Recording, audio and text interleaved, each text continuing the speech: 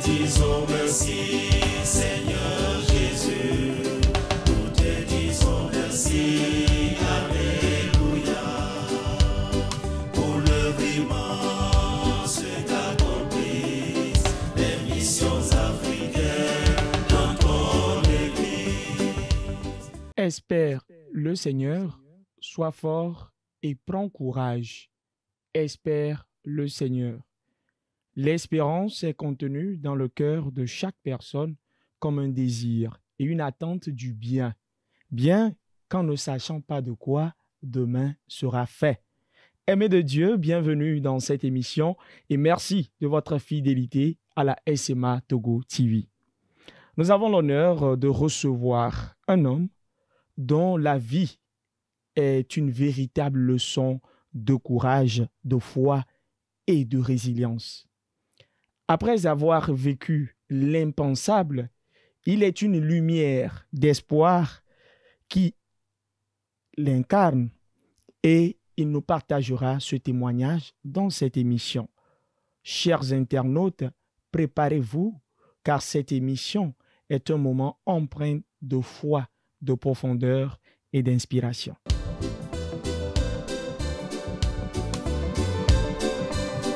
Nous te disons merci, Seigneur Jésus. Nous te disons merci, Alléluia. Pour l'œuvre immense qu'accomplissent les missions africaines dans ton Église. Chers téléspectateurs de la SMA Togo TV, je suis très enthousiaste de vous retrouver encore pour cette émission. Je l'ai annoncé tantôt, nous recevons le révérend père Pierre-Luigi Makali, prêtre de la Société des missions africaines. Père, soyez la bienvenue. Merci Christian. Nous sommes très heureux de vous accueillir pour une toute première fois ici dans les locaux de la SMA Togo TV. Merci bien, c'est une première fois pour moi au Togo. D'accord. C'est un grand honneur de vous accueillir. Alors, une fois encore, soyez la bienvenue. Merci beaucoup. Alors, mon père, nous sommes là pour parler d'une expérience que vous avez vécue. Vous avez été arraché à votre mission bien-aimée, qui est l'annonce de l'Évangile. Et sans plus tarder, nous allons entrer dans quelques instants dans la profondeur de cette histoire personnelle, de cette histoire unique que vous seul êtes en mesure de nous raconter. Mais nous allons maintenant savoir aller à la découverte de qui est donc le père Pierre-Luigi Makali. Comme tu viens de le dire, c'était missionnaire de la mission SMA, les missions africaines, et un missionnaire heureux de vivre son apostolat en Afrique. D'ailleurs, j'ai vécu mes premières années de mission en Côte d'Ivoire pendant 10 ans. J'ai eu des services à rendre aussi à ma communauté en Italie. Je suis de la province d'Italie. Et revenu en Afrique en 2007 au Niger. Et là, j'ai vécu pendant 11 ans. Là aussi, une vie au service de l'Évangile. Et j'étais à l'aise, j'étais chez moi, j'ai appris la langue locale, le gourmandchema. Et je vivais mon expérience dans ce milieu, dans cette mission de Bomwanga. Mais, comme tu l'as déjà un peu annoncé, tout s'est interrompu le 17 septembre 2018, quand j'ai été kidnappé ce soir-là. Et cela m'a fait faire un long voyage, un voyage qui a duré 2 ans et 3 semaines dans le désert du Sahara où j'étais retenu captif et otage par un groupe de djihadistes. Justement, mon père, ce pourquoi nous sommes là dans cette émission. 17 septembre 2018, date inoubliable, mais surtout historique. Votre expérience a été extrêmement difficile. Mais pouvez-vous nous décrire dans quelles circonstances vous avez donc été enlevé et quels sont les premiers moments qui l'ont suivi? Oui, c'était le soir, un lundi soir, le 17 septembre 2018.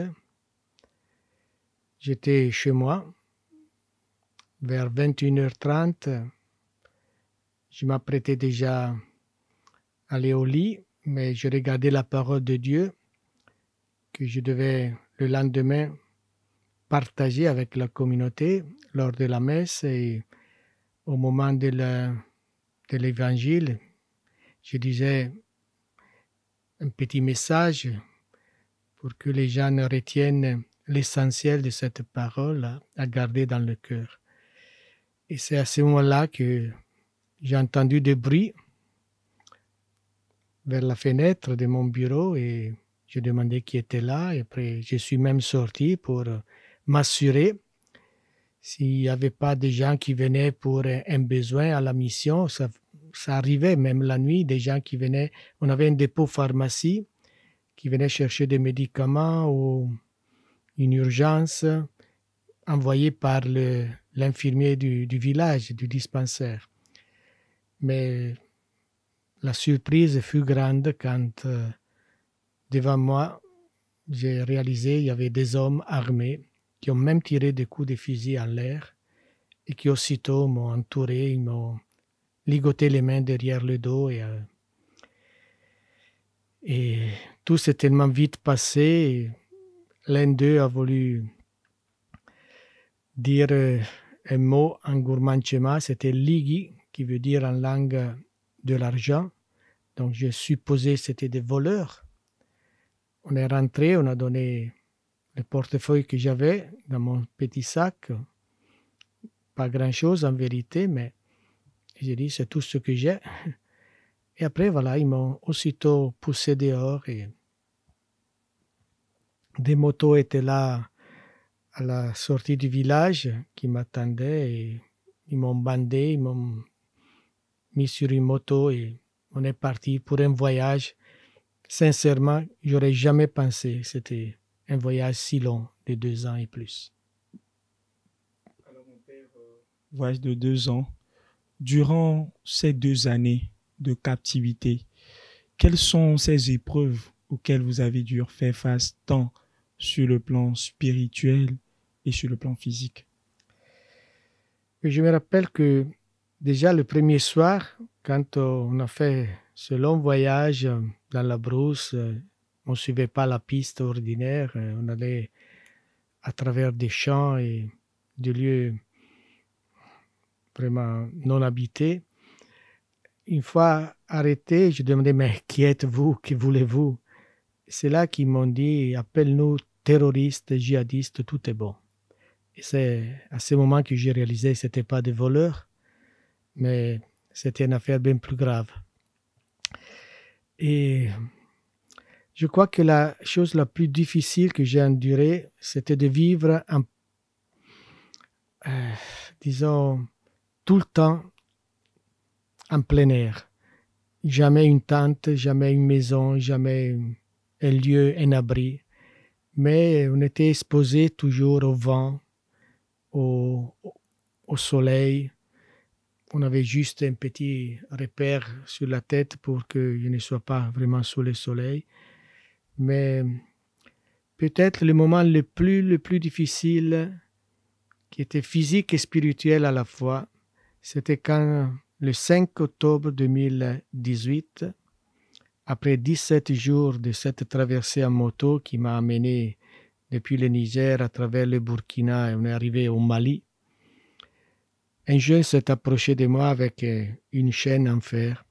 Il a pris ma cheville. Avec un cadenas, il a fermé ma cheville dans cette chaîne. Et l'autre bout de la chaîne, c'était autour d'un arbre. J'étais attaché à cet arbre-là, nuit et jour, pendant 22 jours de suite. Et je vous assure qu'à ce moment-là, j'ai pleuré et j'ai crié vers Dieu. Mon Dieu, pourquoi m'as-tu abandonné? C'était la grande question qui m'habitait. Et donc, j'ai levé les yeux vers ce Dieu que j'ai toujours servi de toutes mes forces, avec joie.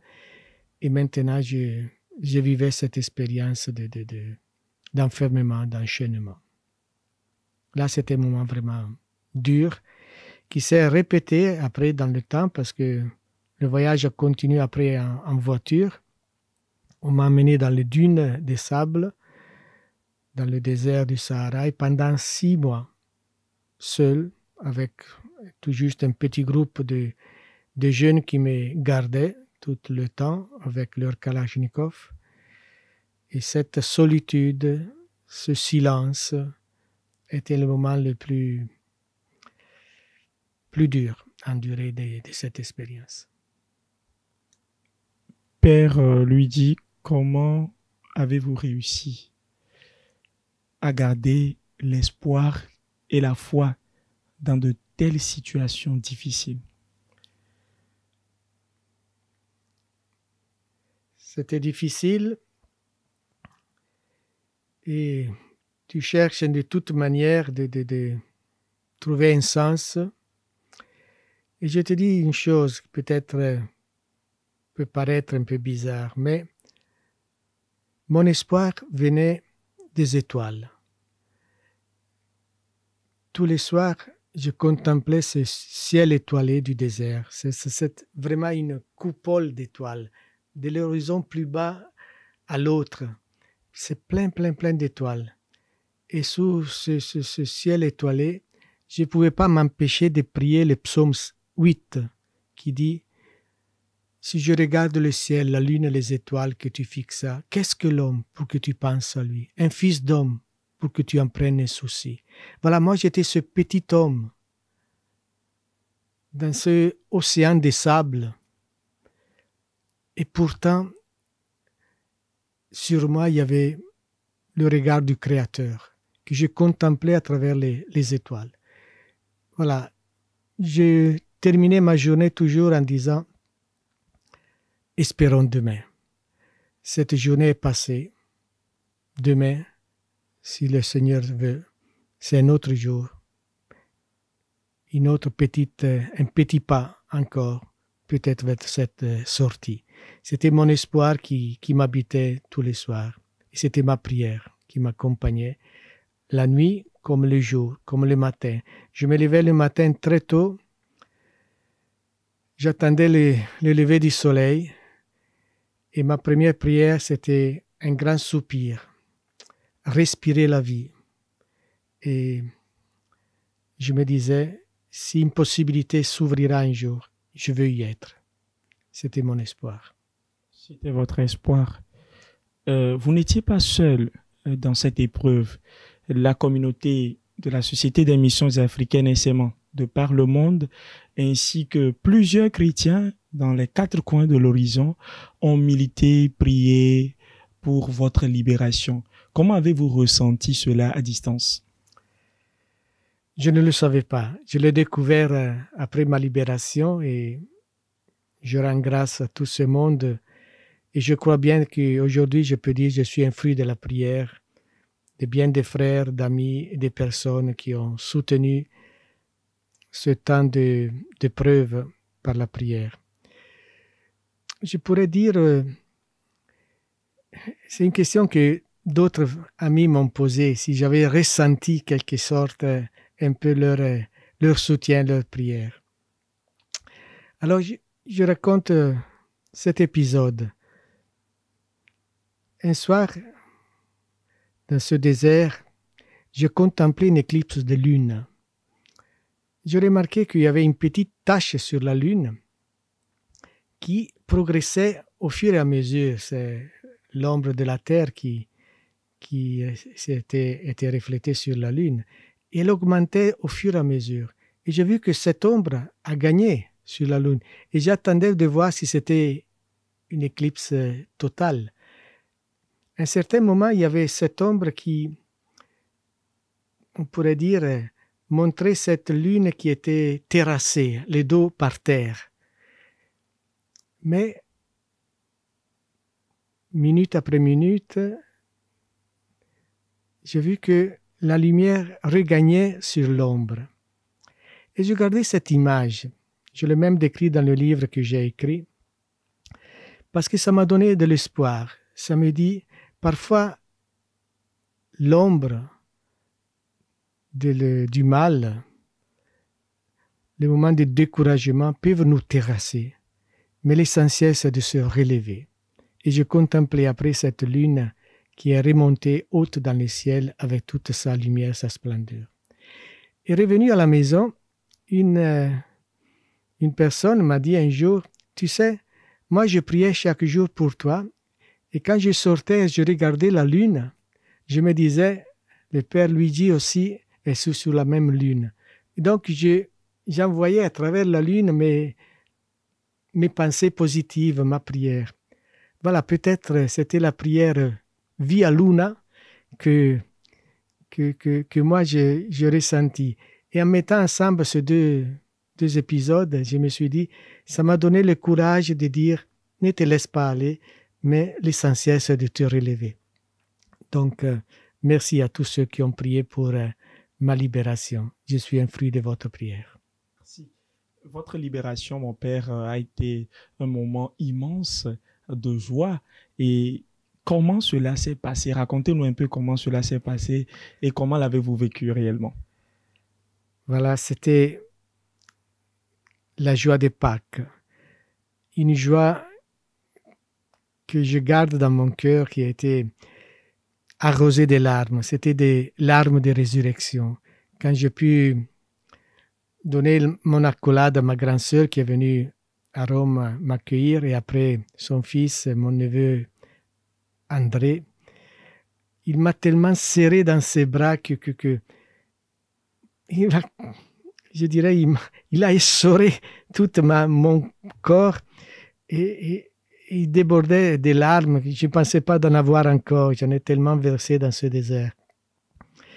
Mais je crois que cette accolade de 2 minutes intenses a lavé mon cœur de 2 ans de grande tristesse. Ces larmes de résurrection ont été pour moi une purification et une opportunité nouvelle de renaître, de repartir. Et arrivé à la maison, mon petit frère qui m'attendait, il a dit « Aujourd'hui, c'est Pâques pour nous ». La famille a vraiment accompagné cela d'une manière que quand on vit des expériences pareilles, ma pensée c'était à la famille en pensant ce qui pouvait leur arriver. Vous savez, on est dans l'âge des problèmes de cœur et des nouvelles comme ça peuvent atteindre aussi le physique et emporter même. Heureusement, tout le monde était en bonne santé, mais la joie que j'ai éprouvée en les retrouvant, c'était vraiment la joie de Pâques, une nouvelle naissance, une résurrection. Et donc, mon père, une fois sorti avec cette joie de Pâques, est-ce que vous posez la question de savoir pourquoi m'a-t-on kidnappé? Je me le suis posé plusieurs fois, même pendant ma captivité. Je me suis dit, est-ce que je dis quelque chose? Est-ce que j'ai fait quelque chose qui a pu offenser? Mais je vous dis en toute vérité, je n'ai rien trouvé je ne pouvais rien me reprocher. Et l'idée que je me suis faite, c'est que j'étais occidental, j'étais blanc. Et dans leur esprit, c'est qu'il y a une guerre en cours entre l'Occident et cette déformation de l'islam qui est le djihadisme, qui pense qu'on veut le supprimer de la face de la terre. Donc, ils voulaient en quelque manière utiliser la même arme. Ils me disaient, voilà, même l'Italie participe à des opérations qui lancent des bombes en Afghanistan et ailleurs où il y a cette présence sur leurs frères qui suivent le même chemin. Et ils voulaient simplement, voilà, montrer quelque chose. C'est la loi du talion, si vous voulez, voilà, riposter de la même manière. Et malheureusement, voilà, moi, je représentais à leurs yeux l'ennemi occidental. Et maintenant, quelles ont été vos pensées pour votre communauté que vous avez laissée au Niger? Ils étaient toujours dans ma prière et je me rappelle que ma pensée était aussi, si quelque chose m'arrive, si ma vie se termine ici, au fond, ma mission est accomplie, même à Bomoanga, même au Niger, là où j'étais. Avant d'être kidnappés, nous avions inauguré la nouvelle chapelle de la communauté qui était pleine de symboles et j'avais mis 7 portes. Sur les 7 portes, un dessin et une parole en gourmandchema qui sont les 7 œuvres de miséricorde. Et quand nous serons devant le Seigneur, il nous dira « J'avais faim, j'avais soif, j'étais malade, j'étais en prison et vous m'avez visité, vous m'avez soulagé. » Voilà, c'est ça le message. Et alors j'ai dit « Mon testament est écrit sur les 7 portes de l'église de Bomoanga. » Et donc, ça m'a donné une certaine paix intérieure. Mais ma pensée était toujours vers eux. Je continuais à prier pour eux. Et dès que j'ai été libéré, j'ai pu appeler au Niger mon confrère, le père Mauro, qui se trouve à Niamey. Et après, les catéchistes, les animateurs. Et je leur ai manifesté ma proximité, ma communion de prière, ma communion de cœur. Et tant que je n'ai pas pu aller les rencontrer, je me suis dit, je suis revenu à la maison, mais je ne suis pas encore retourné chez moi. Et Dieu merci, j'ai pu faire ce voyage le mois de septembre dernier, à l'occasion de l'ordination de 2 jeunes de la paroisse de Bomoanga que j'ai connus tout jeunes, qui arrivaient à la fin de leur parcours à la prêtrise. Eux-mêmes, ils m'ont invité en disant « Il faut que tu viennes, tu sois présent, tu prêches à notre première messe », ce que j'ai pu faire dans le mois de septembre dernier. Et c'était une joie. À cette occasion, je n'ai pas pu aller à la mission où j'ai vécu pendant ces 11 années. Le temps d'insécurité, malheureusement, continue. Mais les gens qui sont venus à l'ordination à la cathédrale de Niamey ont pu faire ce déplacement et j'ai pu les rencontrer. C'était vraiment la joie, là aussi, mélangée à la tristesse parce que j'ai écouté leur histoire. Maintenant, beaucoup de villages ont été déplacés et la situation a empiré malheureusement. Et je les porte toujours en prière. Mon père, vous avez été reçu en audience au Vatican le 9 novembre 2020 avec le pape François. C'est exact. Juste après votre libération. Oui. Nous avons bien envie de savoir quel a été le but de cet entretien. Tout d'abord, je peux vous dire que c'était pour moi une expérience qui m'a surpris, mais je me suis senti périphérie au centre. Voilà. Et ce pape François qui a toujours cette attention vers les périphéries, il était vraiment un père qui accueillait un fils de ces zones lointaines et il m'a accueilli vraiment comme un père. Il a voulu savoir comment j'ai vécu, comment j'ai pu endurer cette épreuve. C'était vraiment une communion de père à son fils. Là. Et moi, j'étais vraiment frappé par son attention, par son écoute. Et quand je l'ai voulu le remercier en disant merci d'avoir prié pour moi, il m'a presque interrompu en disant « Nous avons prié pour toi, mais toi, tu as soutenu l'Église. » Ça m'a fait sentir sur mes épaules vraiment la fatigue aussi d'un pape qui doit soutenir l'Église du monde entier. Mais si j'ai pu donner mon petite contribution, je suis content. En tout cas, c'était une rencontre vraiment paternelle. Donc, comment se passe maintenant votre réadaptation à la vie normale après une telle épreuve? J'ai trouvé un grand bénéfice une fois revenu à la maison, de passer une année tout entière dans mon village. J'ai retrouvé ma famille, mes amis, mes lieux d'enfance. J'ai promené longtemps dans la campagne de mon village en ayant eu pendant plus d'une année les pieds enfermés dans les chênes tous les soirs, du coucher du soleil à l'aube. Voilà, j'avais envie de marcher, j'avais envie de goûter à la liberté. Et c'était un temps pour moi de ressourcement, de me retrouver. Et pendant ce temps, j'ai pu aussi écrire le livre qui après a été édité une année juste après ma libération, qui était ma manière de raconter à ma famille, à mes amis, ce que je n'ai pas pu leur dire pendant ces 2 longues années.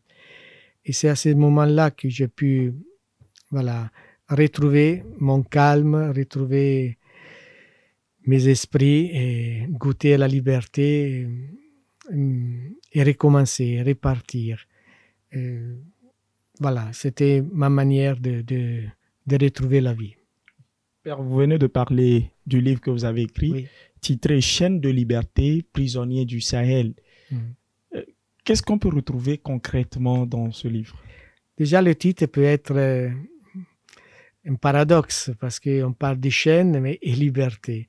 Mais c'était en référence à un moment que j'ai vécu. Parce qu'un soir, quand j'étais vraiment abattu, découragé, je regardais mes pieds enchaînés, que je me suis dit vraiment, tu es un missionnaire raté. Tu ne peux plus aller vers les autres, vers les frontières, vers les communautés. Si les pieds sont les symboles du missionnaire, qu'ils sont beaux les pieds des messagers qui portent la bonne nouvelle. Mais là, j'ai eu un sursaut intérieur, je me suis dit, mais au juste, mes pieds sont enchaînés, mais mon cœur, non. C'est là qu'il s'est ouvert mon espace de liberté. Alors, j'ai dit, oui, mon cœur n'est pas enchaîné.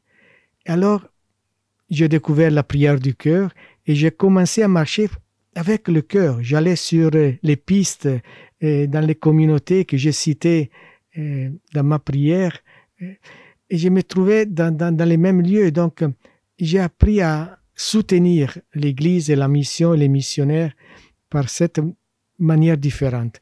Notre fondateur, SEMA, il a une parole qui est souvent citée, qui est un peu son message et son slogan, missionnaire du fond du cœur. Oui. Voilà, j'ai compris la profondeur de cette expression du fondateur en étant enchaîné.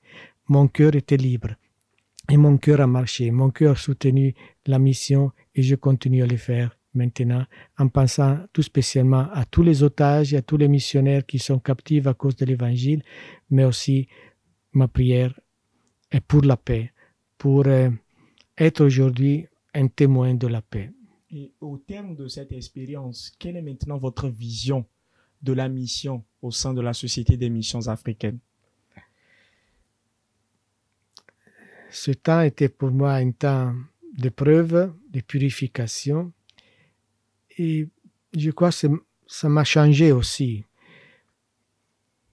Par exemple, j'étais toujours un missionnaire très engagé pour l'annonce de l'Évangile. Je voulais porter la bonne nouvelle aux confins du monde. Et dans cette expérience du désert, j'ai découvert que Dieu est silence. Si aujourd'hui, je suis toujours missionnaire de la parole de Dieu, je le dis toujours en rapport au silence, parce que la parole naît du silence. Le silence est père et mère de la bonne nouvelle. D'ailleurs, Jésus se retirait souvent dans le silence. Et c'est là, dans cette communion, qu'il en sortait avec une parole libératrice, une parole qui était une parabole, un message. Je crois que, la dimension du silence est la dimension qui m'a davantage touché dans cette expérience. Et je crois que c'est le plus grand cadeau que j'ai porté avec moi de cette expérience. Dieu est silence. Dieu est communication dans le silence. Et la prière, comme dit Saint Jean de la Croix, est harmonie de 2 silences, celle de Dieu et celle de celui qui est en prière. Mon Père, nous arrivons au terme de cette émission. Quel message pourriez-vous transmettre à toutes ces personnes-là qui travaillent dans des zones à risque avec les plus démunis pour annoncer la bonne nouvelle? Un grand merci de votre présence, de votre proximité.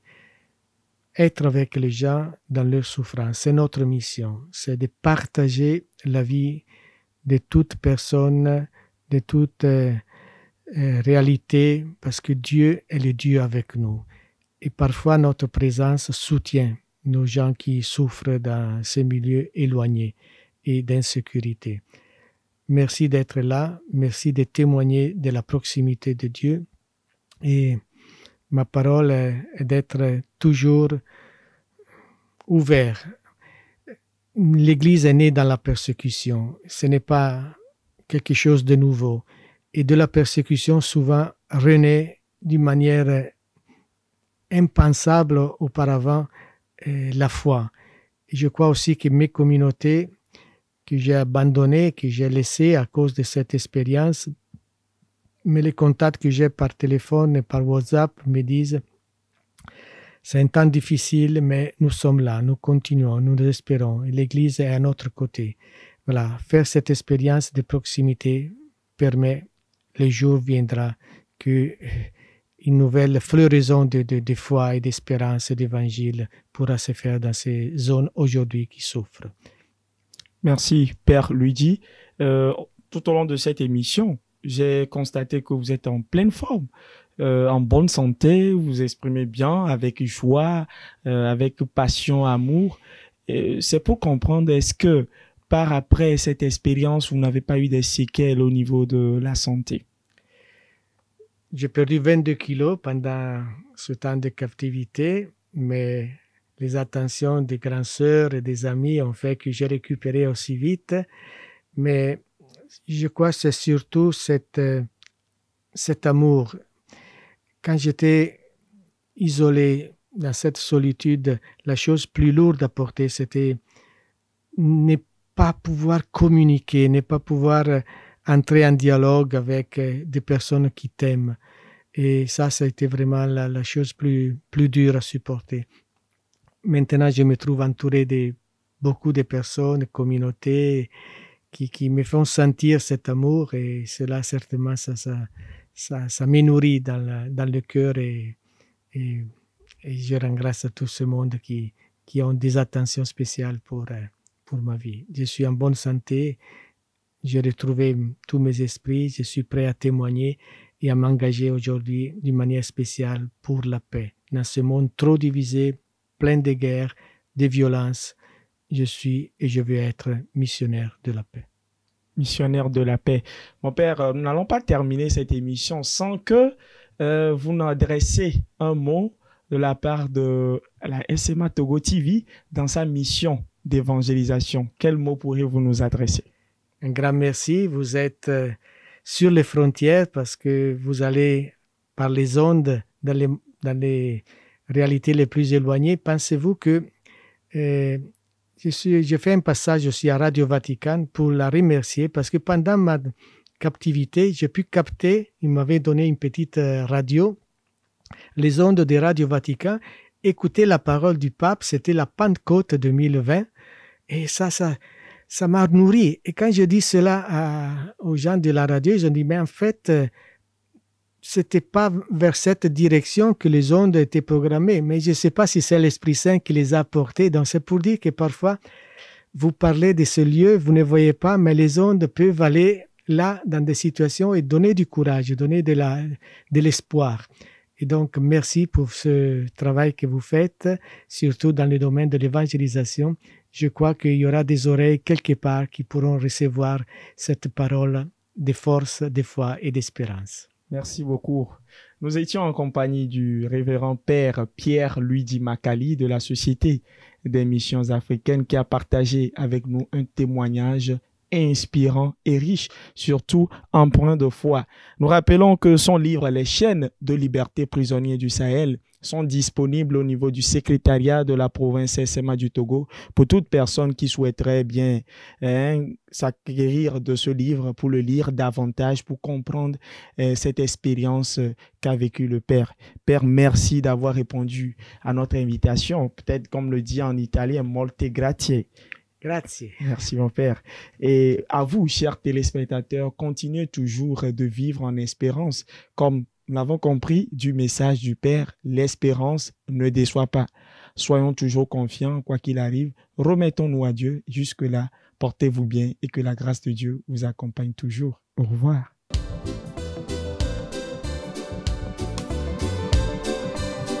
Nous te disons merci, Seigneur Jésus. Nous te disons merci, Alléluia. Pour l'œuvre immense qu'accomplissent les missions